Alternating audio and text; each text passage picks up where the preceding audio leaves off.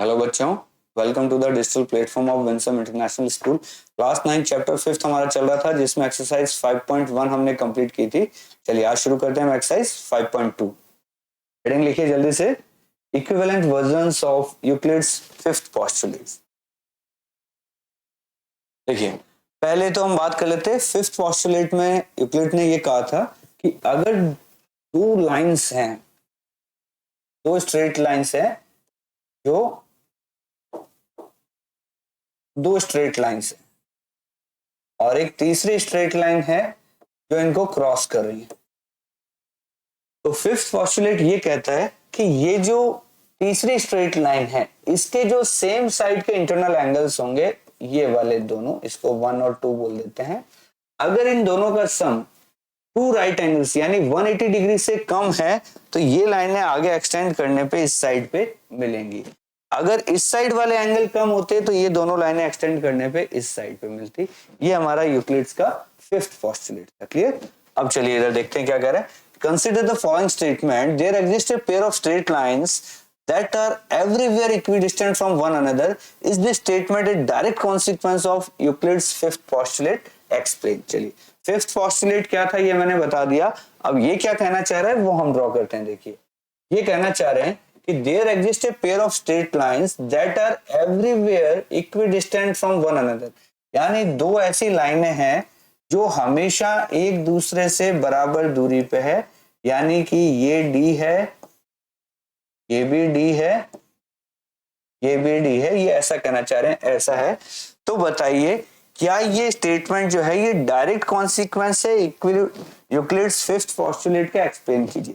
देखिए यूक्लिड ने ये कहा था कि दो लाइन से, स्ट्रेट लाइन से, इन पे आप तीसरी स्ट्रेट लाइन मारिए, अगर इन दोनों का सम टू राइट एंगल से कम है तो इस तरफ ये मिलेंगी।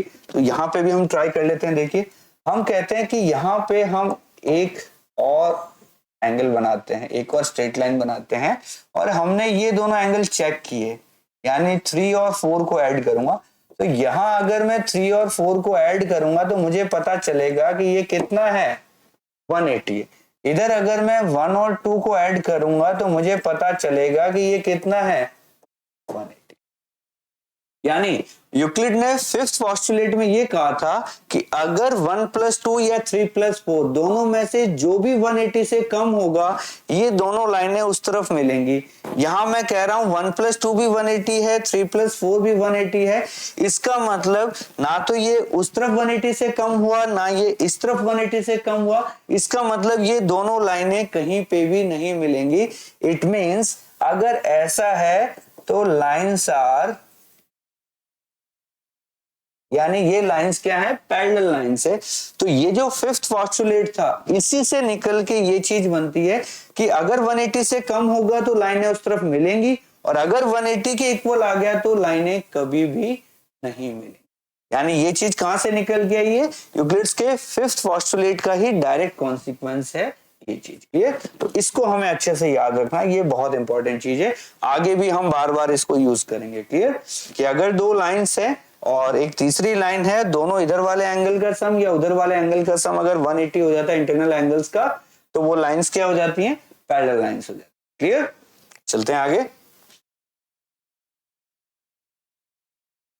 How would you rewrite Euclid's fifth postulate so that it would be easier to understand? तो देखिए बहुत सिंपल है। अभी जैसे मैंने बताया हम ये लिखेंगे, हम 3 कंडीशन लिखेंगे इसमें।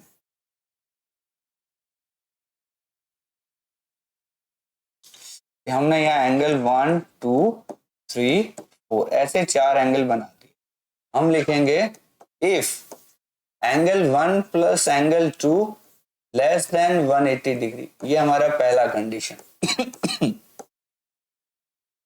If angle 1 + angle 2 is greater than 180 degree, और तीसरा हम लिख देंगे इफ एंगल 1 + एंगल 2 = 180। हम यूक्लिड्स के फिफ्थ पोस्टुलेट को दोबारा लिख रहे हैं, अलग तरीके से लिख रहे हैं ताकि आपको अच्छे से समझ में आए। तो ये समझना, मैंने कहा ये दो स्ट्रेट लाइंस है और ये एक और स्ट्रेट लाइन है, ये एंगल 1 2 3 4 बन रहे हैं। मैं एंगल 1 + 2 को लेके चल रहा हूं। अगर 1 + 2 180 से कम है तो क्या होगा, अगर 1 + 2 180 से कम है तो ये होगा, देखिए मैं यहां लिख रहा हूं, तो ये होने वाला है lines will meet on extending towards angle 1 and 2।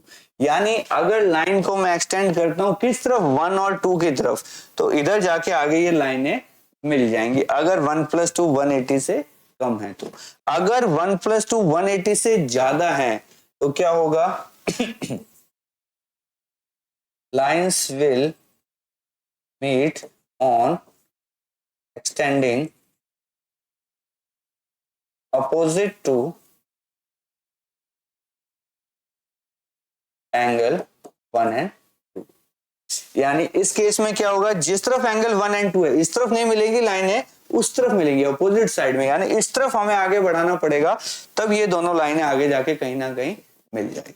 तीसरा केस है 1 + 2 का सम अगर 180 हो जाता है तो क्या लिखेंगे, lines will never meet because they are parallel.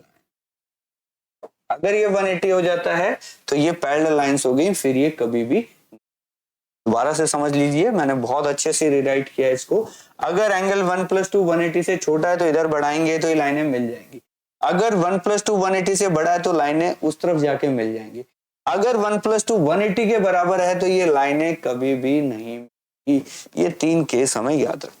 Clear, ये हो गया यूक्लिड्स का 5th पोस्टुलेट और रीराइट किया हुआ है। इसने रीराइट किया, इसको ध्यान रखना, रीराइट बाय एमके सर। ये बहुत ही अच्छे से समझाया मैंने आपको, इस चीज को हमेशा याद रखिए, नेक्स्ट 10th में 11th में 12th में हमेशा ही आपके काम है। क्लियर, चलते हैं आगे।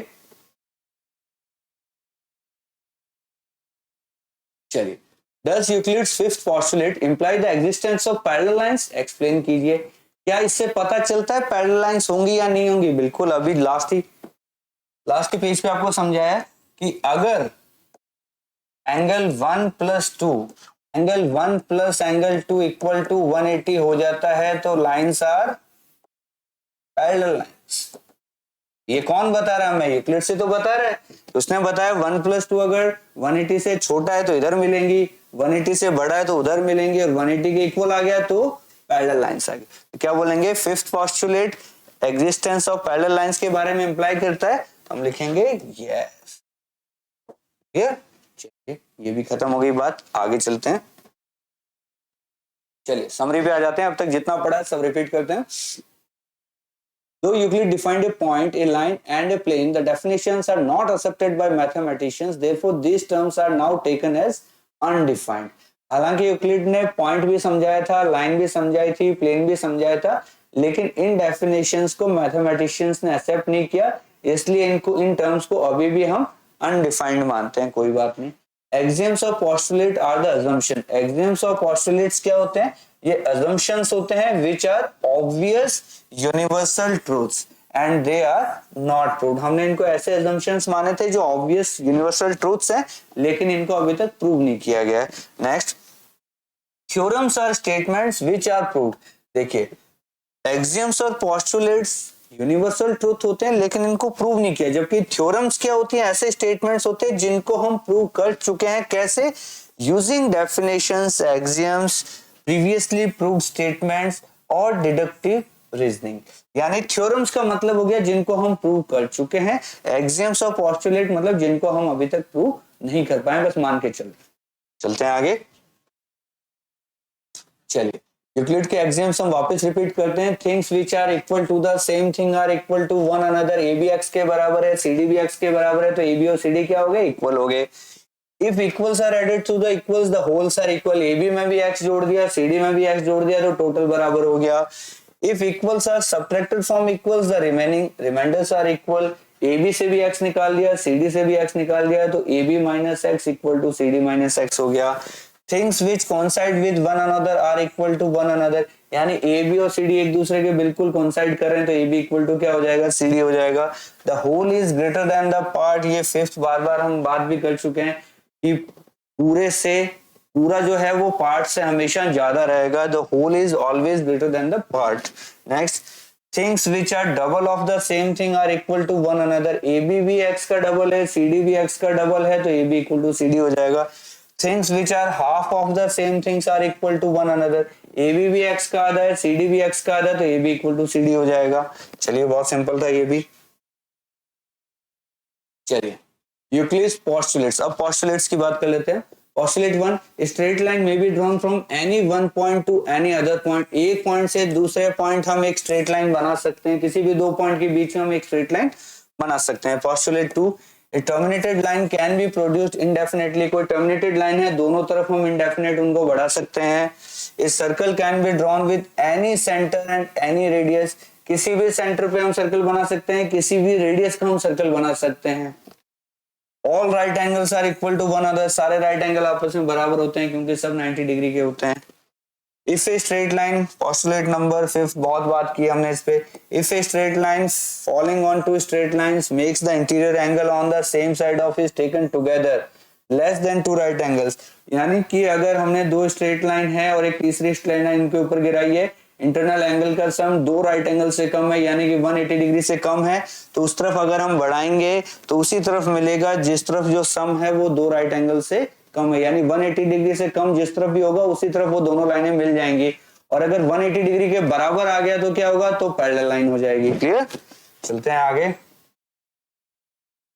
चलिए Two equivalent versions of Euclid's fifth postulate are, equivalent version देख लेते हैं। For every line L and for every point P, देखिए ये बहुत अच्छा है, ये कोई लाइन है L और ये कोई पॉइंट है M, आगे समझिए। There exists a unique line M passing through P, ये पॉइंट था P, L and P, for every line L and for every point P, ये L है और ये कोई पॉइंट P है जो कि L के ऊपर नहीं है, ठीक है। There exists a unique line M passing through point P and parallel to L, ये कह रहा है कि इस P पॉइंट से भी एक लाइन ऐसी होगी जिसका नाम M होगा और वो क्या होगी, इस L के पैरेलल होगी। तो इस P पॉइंट से एक लाइन पक्का ऐसी निकलेगी जो कि क्या होगी, L के पैरेलल हो जाएगी। यानी कोई भी लाइन के आसपास कोई एक पॉइंट ले लीजिए P, उस हर पॉइंट से एक ऐसी लाइन पक्का निकलेगी जो कि इस लाइन के पैरेलल होगी, बिल्कुल निकलेगी। ये उसका अदर वर्जन था। Two distinct intersecting lines can not be parallel to the same line, देखिए अगर ऐसी दो लाइनें हैं और इन दोनों लाइनों के पैरेलल एक लाइन नहीं हो सकती, यानी इसके पैरेलल अलग लाइन होगी, इसके पैरेलल अलग लाइन होगी, क्योंकि इसके पैरेलल जो लाइन होगी, ये ले लीजिए L है, ये मान लीजिए M है, ये मान लीजिए N है, M और N दोनों क्रॉस कर रही हैं, तो M और N के पैरेलल एक ऐसी लाइन हो ही नहीं सकती जो दोनों के पैरेलल हो जाए, ऐसा कभी नहीं हो सकता। M के पैरेलल अगर L है तो N के पैरेलल कोई दूसरी लाइन होगी, L M और N दोनों के पैरेलल नहीं हो सकती, क्योंकि दोनों के पैरेलल होती तो फिर ये दोनों मिल ही नहीं पाते। अगर ये दोनों क्रॉस कर रही हैं तो ऐसी एक लाइन नहीं होगी जो दोनों के पैरेलल हो जाए। क्लियर, ये चीज कहना चाह रहा है। Next, all the attempts to prove Euclid's fifth postulate using the first four postulates failed, but they led to the discovery of the several other geometries called non-Euclidean geometry. तो जो चार पोस्टुलेट थे जो कि फिफ्थ पोस्टुलेट को prove नहीं कर पाए वो सब फेल हो गए, लेकिन उससे क्या कुछ अलग ज्योमेट्रीज का डिस्कवरी हुई जिसको हम बोलते नॉन यूक्लिडियन ज्योमेट्रीज। इनके बारे में हम आगे की क्लासेस में बात करेंगे। तो चलिए यूक्लिड्स ज्योमेट्री का एक्सरसाइज 5.2 भी हमारे यहाँ पे फिनिश हो गया है। जल्दी मिलेंगे आपसे नेक्स्ट चैप्टर में, तब तक के लिए थैंक यू सो मच।